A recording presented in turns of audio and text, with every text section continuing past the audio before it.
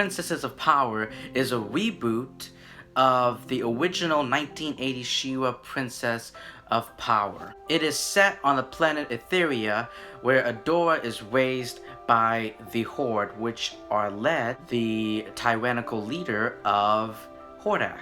After finding a magical sword that transforms her into the super powerful being known as She-Ra, Adora starts realizing that the Horde isn't what she thought it was. So she breaks off from the Horde and joins the rebellion and tries to build this alliance with all the other princesses. But unfortunately, after breaking from the Horde, it pits Adora against her childhood best friend, Catra. Before I get into the show, I just want to let you guys know that I haven't seen the original She-Ra TV show. I don't know anything about She-Ra or the Masters of the Universe. The only thing I do know is He-Man, Skeletor, Swiftwind, and She-Ra. That's it. I don't know their origins, and I don't know everything else. Everything else is a blank. So that's what it was. I went into this TV show almost completely blind, not knowing what to expect. And after watching the first season, I just wanted more. I wanted more. The season 1 ended and on a cliffhanger, and I was like, that's it? No, I need season 2. Bring on season 2, Netflix. The first season is all about, well, you know, as I said before, just introducing each of the characters, getting to know them a little bit, and Adora's on this mission to bring the princesses of all kingdoms together to build the alliance, you know, to build the Princess Alliance, to build the rebellion. And the second and third season is all about Hordak trying to create this portal to, you know, to contact with his creator, the Horde Prime. The fourth season is all about Glimmer becoming the new queen, because because the end of season 3 left off when Queen Angela sacrificed herself to save all of Etheria from this destruction of reality. So season 4 opens up, and Glimmer is now the new queen of Bright Moon, and she's adjusting to her responsibilities and everything around her. And then season 5, the final season of the show, is when we get introduced to the villain, to like the big boss, the big villain of the entire series, and that is the warlord Horde Prime. This show introduced a very complex character known as Catra. Catra and Adora, they were raised together, they played together, and they messed around with each other. They fought with each other against their enemies, and you really feel the bond. Like, I felt like they were friends. The thing about Catra is that she's heartbroken. She's filled with sadness and rage and betrayal when her best friend that she grew up with, Adora, left her and the Horde to join the rebellion. And then this is when she starts turning into the villain.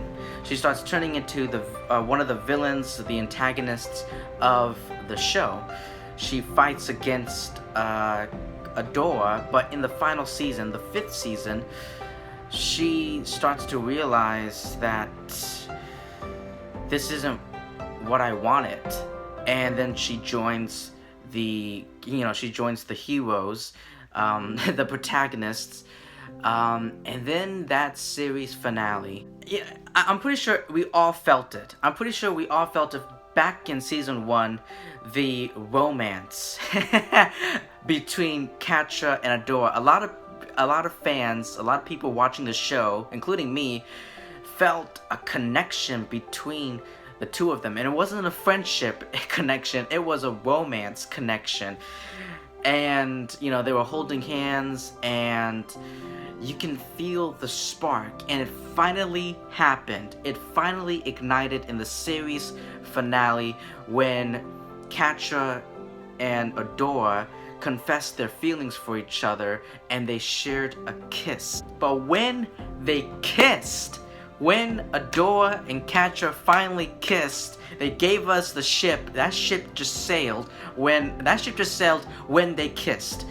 Like, we were feeling it, and we were feeling a lot of it in season 5, and it finally happened in the finale. Another thing is that I feel like each of the characters in the show have their own character arcs. They have their own journey that they're going to, unlike the original She-Ra TV show. After Queen Angela sacrificed herself in the season 3 finale, season 4 opens up, and Glimmer is now the new queen of Brightmoon, like I said before.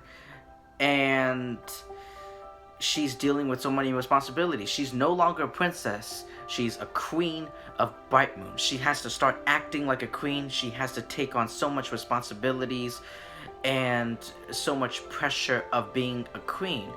And I think they handle it well. And then that's the rebellion side. And on the Horde side, Scorpia, who loves to give everyone giant bone-crunching hugs. When she was first introduced, she was with the Horde. She worked for Catra. She worked with her, but later on she developed romantic feelings for Catra. But Catra doesn't really feel the same thing. I mean, she felt something, but it wasn't a whole lot for Scorpia. And then by the end of it, Scorpia sees and realizes that Catra is psychotic and unstable and not capable of love. And that's when she joins the rebellion and breaks off from the Horde. And I'm so glad Natasha and Spinnerella get more screen time in the final season, because they were side characters in season 1 and all the way to season 4, but in season 5 the two characters really shined, especially Natasha having to fight against the woman that she loves and creating the weaknesses. Like, she knows the weaknesses of every character of the show. Especially Catra. Oh my god, Catra's weakness was hilarious. Just spraying a bottle of water. So it is true. Cats hate water. Yes, and one of the things about the show is that it represents the LGBTQ community. Oh yeah, man. The final season of the show. What can I say about the show that I haven't already said? We finally get introduced to the big bad of the entire series, Horde Prime. And Horde Prime, oh my god, it was terrifying. He's a great character, but he's also terrifying. The reason I use that word is because, like, the way he chips all the characters and mind controls them to his will to join his side. And listen, I am not okay with with season 5 being the final season of the entire show. I'm not okay. I'm not okay with it. Yeah, I would be very interested in season 6, but to be honest, I don't know what they could do with season 6. I mean, season 5 really feels like Avengers Endgame. It felt like the Endgame. Like, this is the end. Adora is struggling with bringing back She-Ra after the season 4 finale.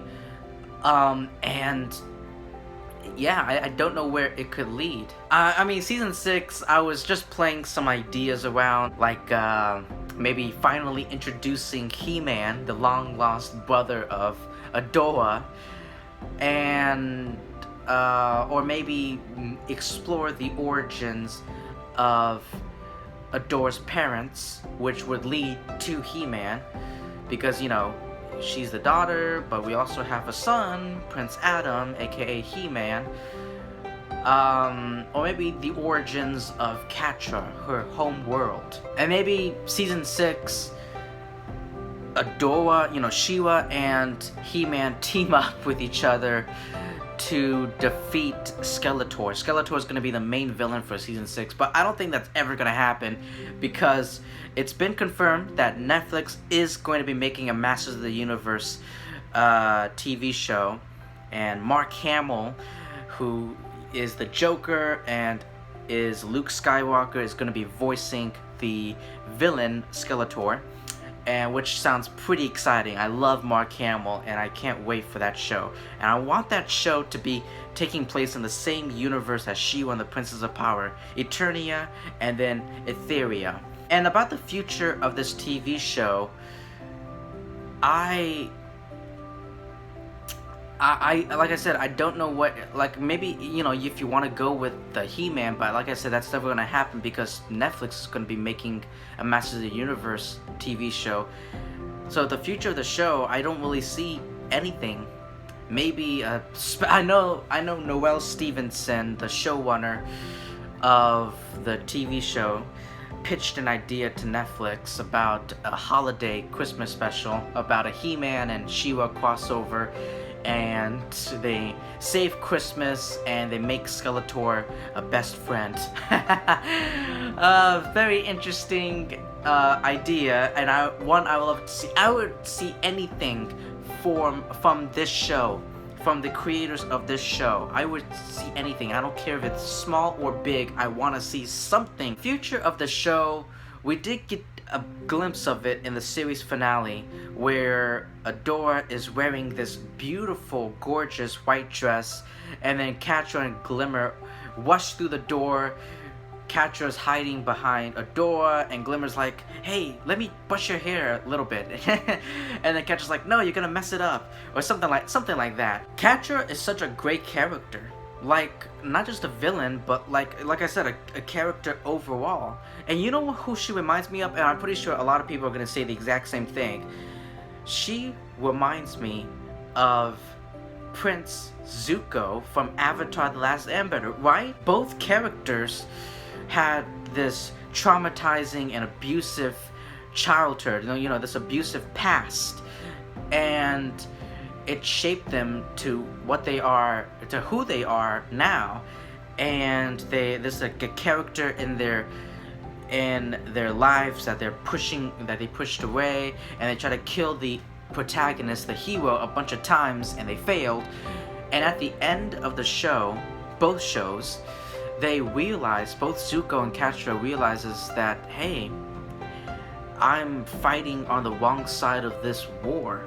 So they both joined the heroes, they both joined the good side to defeat the bigger threat. She-Ra and the Princesses of Power is the first cartoon, both TV show and movie, where I feel heartbroken. That's pretty much all I have to say for She-Ra and the Princesses of Power. Lesbians for the win. Anyway, what do you guys thought about this show? Did you have any, who are your favorite ships? Was it Cachadora, Scorpifuma? There's a lot of shipping in this show, and pretty much all of them, I think all of them shipped. You know, all those ships have sailed in the series finale. But anyway, let me know what you thought about the kiss. Like, comment, subscribe, share this video with your friends and family, and I will see you in my next video.